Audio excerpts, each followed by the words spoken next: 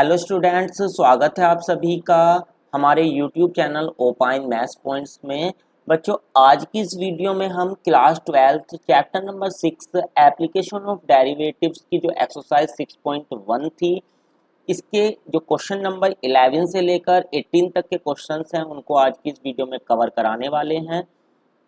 इससे पीछे के जितने भी क्वेश्चंस थे वो हमने अपनी पिछली वीडियो में कवर करा दिए हैं। अगर आपने वो वीडियो नहीं देखी है तो उसका लिंक डिस्क्रिप्शन बॉक्स में दे दिया गया है, वहां जाकर आप उस वीडियो को देख सकते हैं। तो चलिएगा बिना वक्त गवाए आज की इस वीडियो को करते हैं शुरू। क्वेश्चन नंबर 11 देख लेते हैं। बच्चों, एनसीईआरटी की जो बुक है उससे ये सब क्वेश्चन आपको सोल्व कराए जा रहे हैं, तो आप बुक की हेल्प जरूर लें। क्वेश्चन नंबर 11 है, इसमें बोला गया है a particle moves along the curve 6y equal to x की पावर 3 प्लस 2। यानी एक पार्टिकल है, एक कण है जो इस कर्व के एलोंग क्या कर रहा है, मूव कर रहा है। अब आपको बताया गया है आगे, find the points on the curve. Curve पे वो पॉइंट आपको निकालना at which the y coordinate changing 8 times as fast as the x coordinate. यानी आपको ये गिवन है कि जो dy ओवर dt है ना, वो क्या है, 8 टाइम्स है किसका, dx ओवर dt का। तो आपको x और y की वैल्यू फाइंड आउट करनी है, यानी कि पॉइंट्स फाइंड आउट करने हैं। तो जो आपको गिवन था ये कर्व, इसको इक्वेशन 1 मान लेते हैं और इस इक्वेशन 1 के दोनों तरफ का डिफरेंशियल कर देते हैं किसके रेस्पेक्ट में, t के रेस्पेक्ट में। ठीक है, तो यहां से हम करेंगे डिफरेंशियल इक्वेशन 1 का differentiate equation first with respect to t। तो हमें मिलेगा 6 और y का हो जाएगा हमारा dy over dt equal to में x की पावर 3 का हो जाएगा 3x स्क्वायर, फिर x का करेंगे तो ये हो जाएगा dx ओवर dt और 2 का डिफरेंशियल आपका 0 हो जाएगा। अभी dy ओवर dt की जगह पर हम क्या रख देंगे, 8 इंटू में dx ओवर dt और इक्वल हो जाएगा आपका किसके, 3x square dx over dt के। तो यहाँ से dx ओवर dt से dx over dt cancel out हो जाएगा, 3 से 6 कैंसिल आउट होके आ जाएगा, 3 2 जा 6। तो आपको यहाँ से ये मिलेगा एक्स स्क्वायर इक्वल टू 2 8 जा 16। ठीक है, तो यहाँ से आपको x की दो वैल्यू मिल जाएंगी, एक मिलेगी +4 और एक मिलेगी -4। तो x की दो वैल्यू मिल गई हैं। अब ये जो वैल्यूज हैं ये हम यहाँ पर इक्वेशन नंबर 1 में रख देते हैं। तो पहले x इक्वल टू 4 रखते हैं, पुटिंग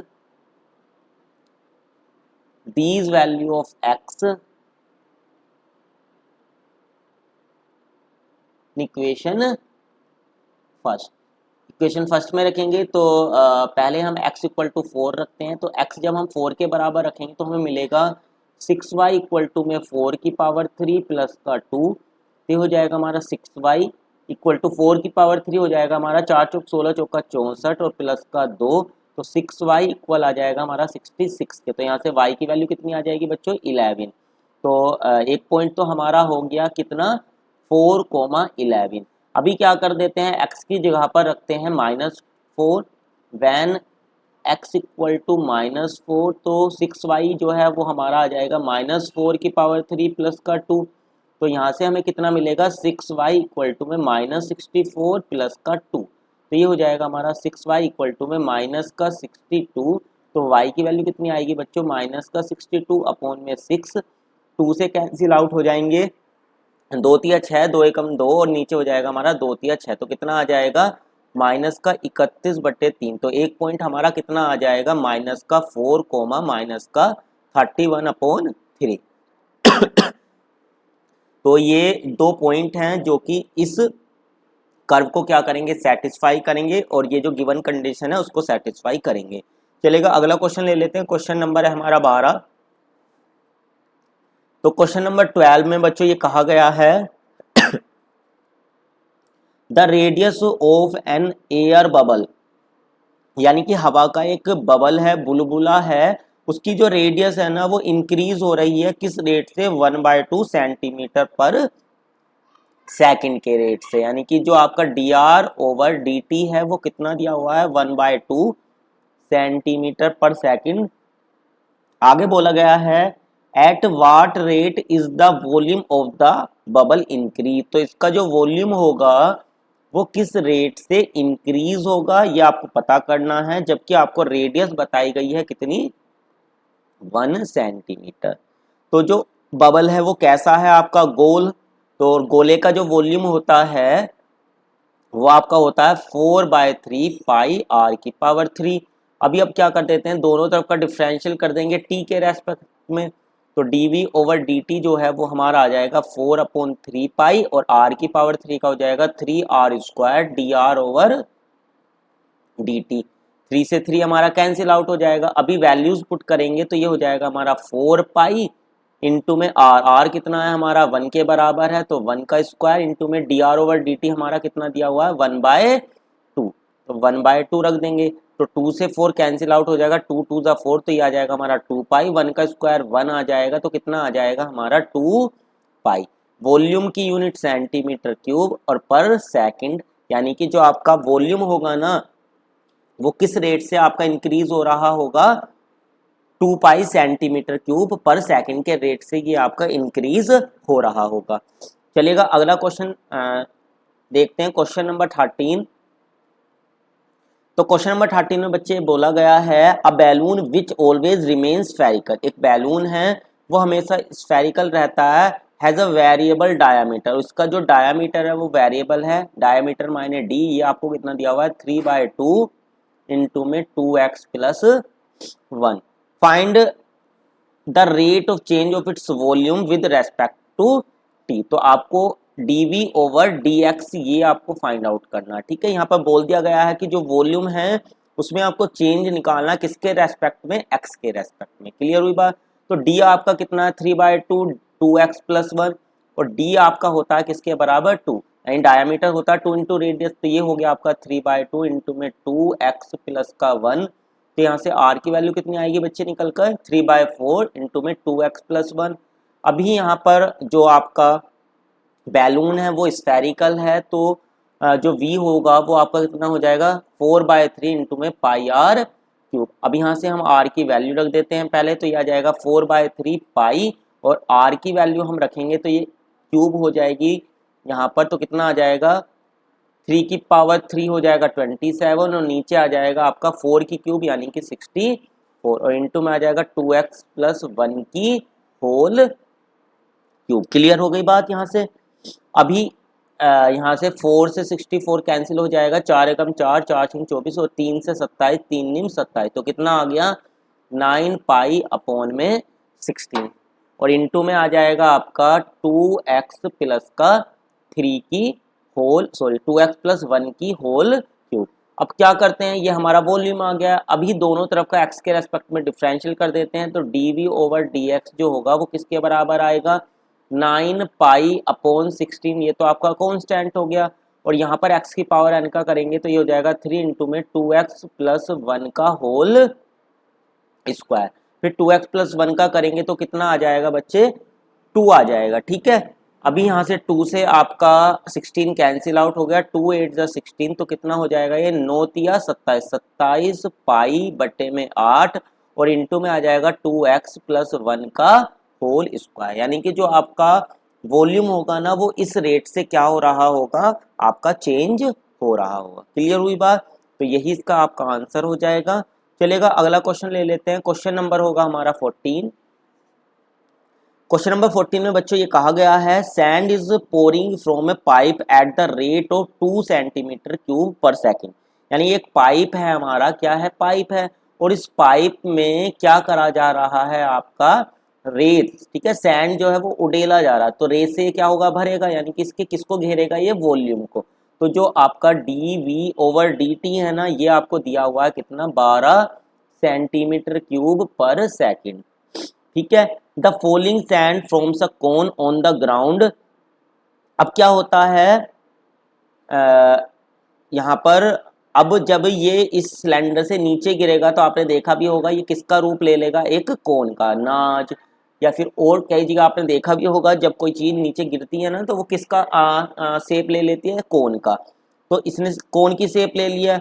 अब आगे इसने बोला the falling sand firms a cone on the ground in such A way that the height of the cone is always 1/6 of the radius। तो जब ये गिरा तो इसकी जो रेडियस है ना वो हमेशा क्या रही, इसकी हाइट की 1/6 रही। तो जो आर है वो किसके बराबर हो गया आपका 1/6 किसका, हाइट का। ये हमेशा आपका रहना ही रहना फिक्स है। The height of the cone is always 1/6 of the radius. यहाँ थोड़ी मिस्टेक हो गई है, यहाँ पर ये बोला कि जो हाइट है ना वो 1/6 रहेगी किसकी, रेडियस की। तो h किसके बराबर हो गया 1/6 इंटू में r के। आगे बोला how fast the height of the cone increase when the height is 4 centimetre. तो आपको बताना है जो हाइट है वो किस रेट से इंक्रीज हो रही है, जबकि आपको बताया गया है हाइट जो है वो कितनी है आपकी 4 सेंटीमीटर, ठीक है, जो आपको गिवन है। तो सबसे पहले बच्चों यहाँ पर जब हमारी हाइट 4 है तो उस केस में आपकी उस कंडीशन में रेडियस कितनी रहेगी पहले उसको निकाल लेते हैं, ठीक है। तो h आपका है किसके बराबर 1/6 r के। तो h कितना दिया हुआ है हमें 4, तो 4 इक्वल हो जाएगा 1/6 r के। तो यहाँ से r की जो वैल्यू होगी वो कितनी आ जाएगी 6 चौक 24। तो r की वैल्यू आपकी 24 आ गई। अब यहाँ पर आपको जो दिया हुआ था वो वॉल्यूम दिया हुआ है ना, वॉल्यूम के बारे में आपको जानकारी पता है कि जो वॉल्यूम है वो आपका इस रेट से क्या हो रहा है, इंक्रीज हो रहा है।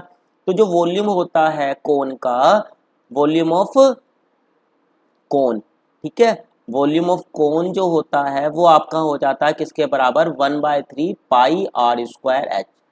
तो यहाँ से हम पहले r की वैल्यू निकाल लेते हैं 1/3 पाई r। अगर मैं इस कंडीशन से निकालूंगा तो यहाँ से मेरी r की वैल्यू कितनी आएगी 6h। तो यहाँ पर पहले हम r की वैल्यू रख देते हैं 6h का होल स्क्वायर और इंटू में h।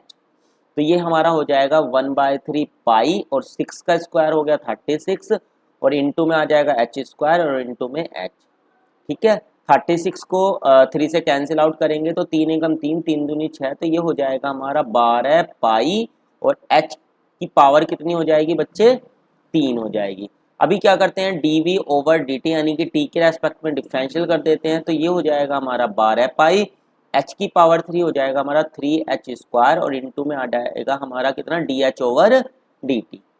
अभी हमें dv ओवर dt के बारे में पहले से ही पता है कितना है, dv ओवर dt कितना दिया हुआ था बच्चे हमें 12, ठीक है, 12 दिया हुआ है और h हमारा 4 है। तो ये वैल्यू रख देते हैं। तो ये तो हो गया हमारा 12 और इक्वल में आ जाएगा 12 पाई इंटू में 3 और h भी हमारा 4 है तो 4 का स्क्वायर हो जाएगा 16 इंटू में dh ओवर dt। 12 से 12 कट जाएगा, 12 एकम 12, तो यहाँ से आपका 1 इक्वल हो जाएगा किसके 16 48, 48 पाई इंटू में dh ओवर dt के। तो यहाँ से अगर मैं dh ओवर dt की वैल्यू फाइंड आउट करूँ तो ये कितनी आ जाएगी बच्चे हमारी 1/48 पाई। हाइट की यूनिट हो गई सेंटीमीटर और नीचे आ जाएगा आपका पर सेकंड। यानी कि जो आपकी हाइट होगी ना वो किस रेट से आपकी इंक्रीज हो रही है 1/48 पाई सेंटीमीटर पर सेकंड के रेट से आपकी इंक्रीज हो रही होगी। चलेगा, अगला क्वेश्चन ले लेते हैं। क्वेश्चन नंबर है हमारा 15। तो क्वेश्चन नंबर 15 में बच्चे कहा गया the total cost in rupees associated with the production of x unit of an item is given by. तो आपको जो टोटल कॉस्ट है cx वो आपको दिया हुआ है किसके बराबर 0.007 x की power 3 minus 0.003 x square plus का 15x और प्लस का 4000। अब आपको यहाँ पर मार्जिनल कॉस्ट निकालना व्हेन 7 यूनिट आर प्रोड्यूस्ड। तो आपको मार्जिनल कॉस्ट निकालना यानी एमसी की वैल्यू फाइंड आउट करनी है और आपको एक्स गिवन है कितना 17 यूनिट्स, ठीक है। अब ये जो मार्जिनल कॉस्ट है एमसी ये आपका बच्चे हो जाता है किसके बराबर डीसी ओवर डीएक्स के। तो यहाँ से जो सी वाला आपको दिया हुआ था इसका एक्स के रेस्पेक्ट में डिफरेंशियल करेंगे तो ये हो जाएगा 3 तो आगे आ जाएगा, ठीक है। 0.007 एक्स की पावर 3 का हो जाएगा आपका 3x स्क्वायर माइनस का 0.003 और एक्स स्क्वायर का आपका हो जाएगा 2x, 15x का 15 हो जाएगा और 4000 का तो 0 हो जाएगा। अभी यहाँ पर हम वैल्यू रख देंगे, पहले तो यहाँ गुणा कर लेते हैं, 3 सत्ते 21 हो गया तो 0.021 और x की वैल्यू कितनी है हमारी 17, तो 17 का स्क्वायर हमारा हो जाता है 289 माइनस का ये हो जाएगा आपका 2 3 6 यानी कि 0.006 और x की वैल्यू हो गई 17 और प्लस का 15, ठीक है। अभी यहाँ पर हम गुणा कर लेंगे 289 की 21 से, तो ये आएगा 289 और फिर 2 नियम 18 का 8 हाथ से लगाएगा, 2 8 16 और एक 17 हाथ से लगा 1, 2 दिन 4 और एक 5, तो कितना आ जाएगा 9 8 8 16 का 6 हाथ से लगा 1, 7 2 9 1 10 की जो हाथ से लगा 1, और ये आ जाएगा आपका, तो कितना आएगा बच्चे 6069, पॉइंट के बाद 3 डिजिट रख रहे हैं तो ये आ जाएगा 6.069। इस तरीके से यहाँ से कर लेंगे। 6 सत्ते 42 का 2 हाथ से लगे 4, 6 एकम 6 और 4 10, तो कितना आएगा 102, और यहाँ पॉइंट के बाद आपको डिजिट कितनी रखनी है 3, तो ये आ जाएगा आपका 0.102 और प्लस का 15। तो पहले प्लस कर लेते हैं, 15 और 6 आपका 21 हो गया, इसे और इसे प्लस कर लेंगे पहले, तो ये हो जाएगा 21.069 माइनस का 0.102।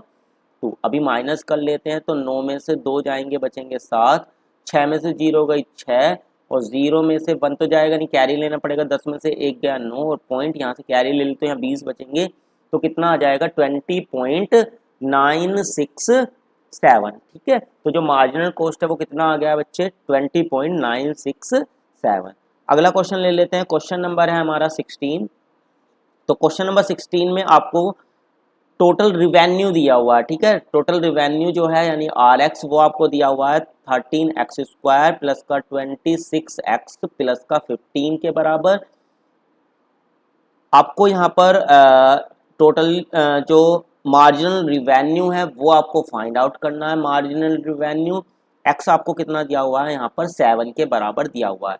तो ऊपर वाले क्वेश्चन की तरह हम इसे आसानी से सोल्व कर सकते हैं। मार्जिनल कॉस्ट आपका कितना हो जाएगा dr/dx, तो ऊपर का डिफरेंशियल करेंगे तो ये हो जाएगा आपका 26x प्लस का 26। ठीक है, अभी x की वैल्यू रख देंगे, या पहले हम 26 यहाँ से कॉमन ले रहे हैं तो ये बचेगा x प्लस 1। अभी x की यहाँ पर 7 रखेंगे तो ये हो जाएगा 7 प्लस 1 यानी कि 8, और 26 इंटू 8 हमारा कितना आ जाएगा बच्चे 8 सिंह 48 का 8 यहाँ से लेकर 4 8 दूनी 16 और 4 20 यानी कि 208। तो जो मार्जिनल रिवेन्यू है वो कितना आ जाएगा 208 आ जाएगा। क्लियर हुई बच्चे बात। अब बाकी के जो क्वेश्चन नंबर 17 और 18 हैं, 2 क्वेश्चन बचते हैं, ये आपके MCQ क्वेश्चंस हैं, चलेगा इनको भी हम देख लेते हैं। तो यहाँ पर बोला है 17 नंबर के क्वेश्चन में the rate of change of area of a circle with respect to it radius. तो आपको यहाँ पर रेट ऑफ चेंज बताना है सर्कल के एरिया में, किसके रेस्पेक्ट में, इसकी रेडियस के रेस्पेक्ट में, और आपको यहाँ पर r की वैल्यू दी हुई है 6 सेंटीमीटर। तो जो एरिया हो जाता है सर्कल का वो हो जाता है πr²। तो dA/dr r के रेस्पेक्ट में डिफरेंशियल करेंगे तो ये हो जाएगा आपका 2πr, r की वैल्यू 6 है तो ये हो जाएगा आपका 2π इंटू 6 यानी कि 12π।